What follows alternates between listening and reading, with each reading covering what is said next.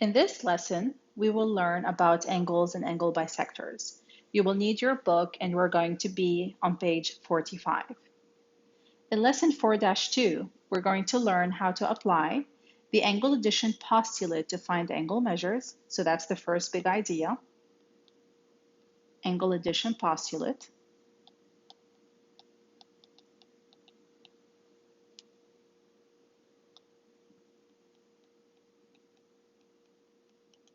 And we will also learn how to use the definition of angle bisector to find angle measures.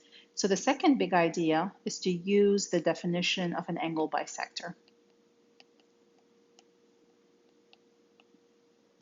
Now, since we're going to be talking about angles, it's important to understand how we can use the protractor to find the measure of different angles.